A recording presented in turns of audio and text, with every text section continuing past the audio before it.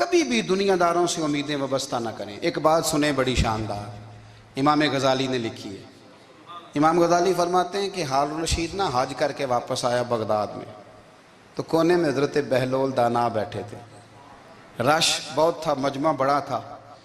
حضرت بہلول دانا بھی سڑک کے کنارے بیٹھے تھے، تو سپاہی کہنے لگے یہاں سے اٹھ جاؤ۔ فرمانے لگے ہارون رشید کی زمین نہیں، زمین میرے رب کی ہے، میں کیوں اٹھوں؟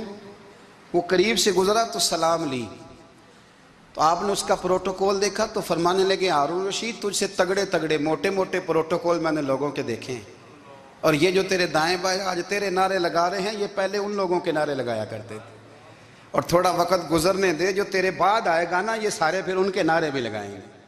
تو جھوٹ کی دنیا میں زندہ ہے، ان سے تو نے امیدیں وابستہ کی ہیں، یہ کل اس کے نعرے لگائیں گے۔ اس کے دل پہ بڑا اثر ہوا، گھوڑے سے اتر آیا، آگے کہنے لگا حضور آپ نے مجھے بڑی اچھی نصیحت کی ہے، میرا دل بڑا ٹھنڈا ہوا ہے، میں نے سنا ہے آپ مقروض ہیں، کچھ لوگوں کا قرض، تو مجھے کوئی حکم ہی کر دیں۔ آپ ہنسنے لگے، فرمانے لگے یار تو بڑا ہی بیوقوف ہے، بڑا ہی بیوقوف ہے تو، میں تجھے نصیحت کر رہا ہوں تو مجھے الجھا رہا ہے، حضور کوئی حکم کر دیں۔ کیا خوبصورت انداز ہے رب کریم کے بندوں کا۔ حضرت بہلول دانا فرمانے لگے تیرا رب کون ہے؟ کہا اللہ۔ تو فرمایا میرا کون ہے؟ کہا اللہ۔ فرمانے لگے یہ تو نہیں نہ ہو سکتا کہ اللہ ہارون رشید کو دیتا رہے اور بہلول دانا کو بھول ہی جائے، یہ تو نہیں نہ ہو سکتا کہ ہارون رشید کو دیتا رہے اور بہلول دانا کو بھول جائے۔ فرمایا اس کا دل، اس کا ارادہ ہوا، ارادہ قدرت ہوا کہ بہلول مقروض رہنا چاہیے، تو اگر رب مجھے رکھنا چاہتا ہے، دکھ قبول محمد بخشا راضی رہن پیارے، اگر وہ چاہتا ہے میں مقروض رہوں تو میں بھی چاہتا ہوں کہ میں مقروض ہی رہوں، یہ تو نہیں نہ ہو سکتا کہ تجھے دے اور مجھے نہ دے۔ فرمایا میری تجھ سے کوئی امید نہیں، مجھے جب بھی دے گا میرا رب بھی دے گا، اور وہ دے گا تو پھر انشاءاللہ خزانے کھول کے دے گا۔ دنیا داروں سے امیدیں وابستہ کرنا، لوگوں کے پیچھے، یہ چھوڑ دیں، آپ بے چین رہیں گے، بے قرار رہیں گے۔ اللہ والوں سے ضرور امیدیں وابستہ کریں، اس لیے کہ ان کے پاس جو کچھ ہوتا ہے وہ دراصل رب کا ہی ہوتا ہے۔ لیکن سیٹھوں سے، نوابوں سے، سیاستدانوں سے باز آ جائیں، ہماری بڑی امیدیں وابستہ ہیں۔ میں اکثر کہتا ہوں جتنے پھیرے نوکری کے لیے دنیا دار کے دروازے پہ لگائے ہیں نا، اس سے کم دفعہ مسجد میں نفل پڑے ہوتے تو رب اتنی بڑی مہربانی فرما دیتا۔ تیسری بات یہ یاد رکھیں، اگر سکون لینا چاہتے ہیں نا، اگر سکون لینا چاہتے ہو نا، تو لوگوں کو ڈسکس کرنا بند کر دو۔ بہت ساری کمزوریاں ہمارے اندر ہوتی ہیں نا، پھر اللہ ہماری روزی تو نہیں نہ بند فرماتا، یہ تو نہیں کہتا کہ زمین سے نکل جاؤ۔ اگر یہی والا معاملہ ہو جو ہمارا ہے کہ شادی پہ اس نے میرے ساتھ برا سلوک کیا تھا، اب ساری زندگی بغض رکھنا ہے، اگر یہی معاملہ فرشتے اللہ کی بارگاہ میں کہیں کہ یا اللہ اس نے فلانے دن شراب پی تھی، اب اس کو زمین میں نہیں رہنے دینا، نظام زندگی چلے گا، تو اگر اللہ ہمیں معاف کرتا ہے تو ہم بندوں کو معاف کیوں نہیں کرتے؟ آپ یقین کریں، اتنی لمبی عداوتیں، اتنا لمبا حسد، اتنا لمبا بغض، اتنا لمبا۔ حدیث میں نے پڑھی، میں حیران رہ گیا۔ میرے نبی کریم علیہ السلام نے فرمایا اپنی بیوی سے کبھی بغض نہ رکھنا، اگر اس کی ایک بات ناپسند ہو تو اسے چھوڑ کے وہ بات دیکھو جو تمہیں پسند ہے۔ میں اس حدیث کو پڑھ کے سوچنے لگا کہ کیا بیوی کا بھی بغض رکھتے ہیں لوگ؟ اب حضور نے کہا ہے تو اس کا مطلب ہے لوگ بیوی کا بغض بھی رکھتے ہیں۔ اب اس پر استدلال کر کے مجھے کہنا پڑے گا کہ سسرال والوں کا بغض بھی رکھتے ہیں، کہنا پڑے گا کہ بھائی کے سسرال والوں سے بھی بغض رکھتے۔ اس حدیث کی روشنی میں سمجھا کہ لوگ بھابھی کا بغض بھی بغض رکھتے ہیں، بغض، ورنہ عادتیں تو ہماری بھی کئی بری ہوتی ہیں۔ اگر عادات ایک وجہ بنے اختلاف کی تو عادتیں تو ہماری بھی کئی بری ہیں، لیکن ہم اپنی بری عادتوں سمیت اپنے آپ سے پیار کرتے ہیں، اور سامنے والے کی ایک بھی عادت بری ہو تو اس سے بغض رکھتے ہیں۔ بغض نہ پیدا کریں۔ میرے نبی پاک علیہ السلام نے فرمایا کچھ چیزیں تمہارے دین کو مونڈ ڈالیں گی، تباہ کر دیں گی، کاٹ دیں گی۔ حضور کون سی؟ فرمایا حسد، تکبر اور بغض، یہ تمہارے دین کو تباہ کر دیں۔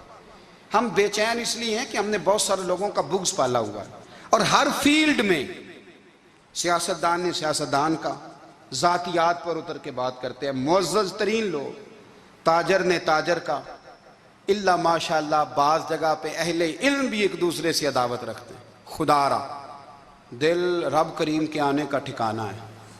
یہ صاف ہوگا تو اس میں رب رسول کے جلوے ہوں گے. اگر اس میں عداوت ہو، اس میں بغض ہو، اس میں کینہ ہو، نفاق ہو، سنیں میرے رسول کریم حضرت ابو بکر صدیق رضی اللہ تعالیٰ عنہ کہتے ہیں میں رو ہی پڑا.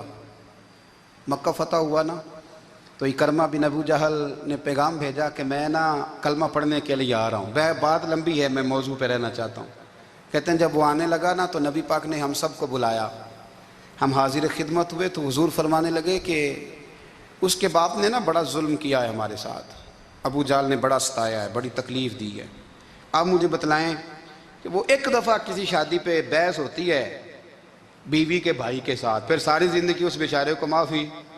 وہ 10 دفعہ گھر آتا ہے معافی مانگنے پر سوال ہی نہیں پیدا ہوتا. میں او ہو مجھے ہی کہہ دیا، یعنی پھر میں مجھے ہی کہہ دیا آپ نے اور میری شان میں بے ادبی اور پھر میں معاف کر دوں. توبہ توبہ توبہ، یہ کیسے ہو سکتا ہے؟ میری ناک نیچی ہو جائے گی اور آپ نے مجھے کہہ دیا. سوال ہی نہیں پیدا ہوتا. اور یہ رونا میں اکثر ہوتا ہوں کہ شادی والے دن داماد صاحب کا زیادہ دماغ خراب ہوتا ہے. جب چھوٹی سالی کی شادی ہوتی ہے نا اس دن اس کو بخار چڑھتا ہے، کوئی اس کو کان میں کہتا ہے تیری عزت نہیں کر دے.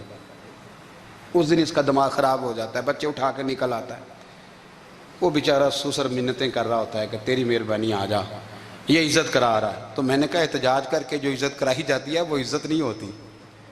ہاں یہاں مانگ کے عزت لیتے ہیں لوگ، یا احتجاج کی کوئی عزت ہے؟ آپ کے اندر کمالات اتنے ہوں کہ آپ کی عزت کرنے کو دل چاہے، یعنی مزہ آئے، یعنی لطف آئے، یعنی آپ دور بیٹھے ہوں تو کسی کا دل کرے آپ کو اسٹیج پہ بلانے کے لیے.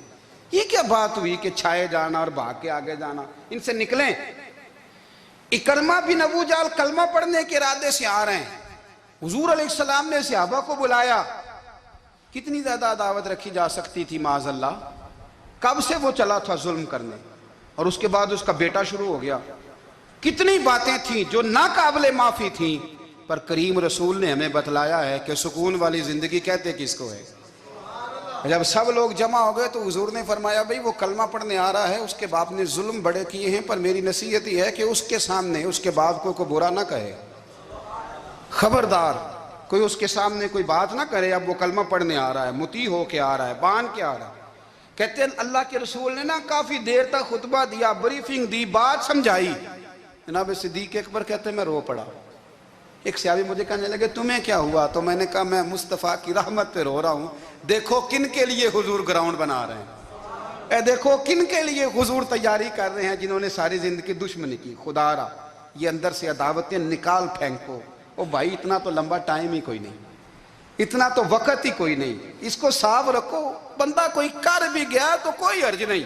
چنگی مندی سجنا کولوں 100 واری ہو جاندی، یار یاراں دا گلہ نہیں کر دے.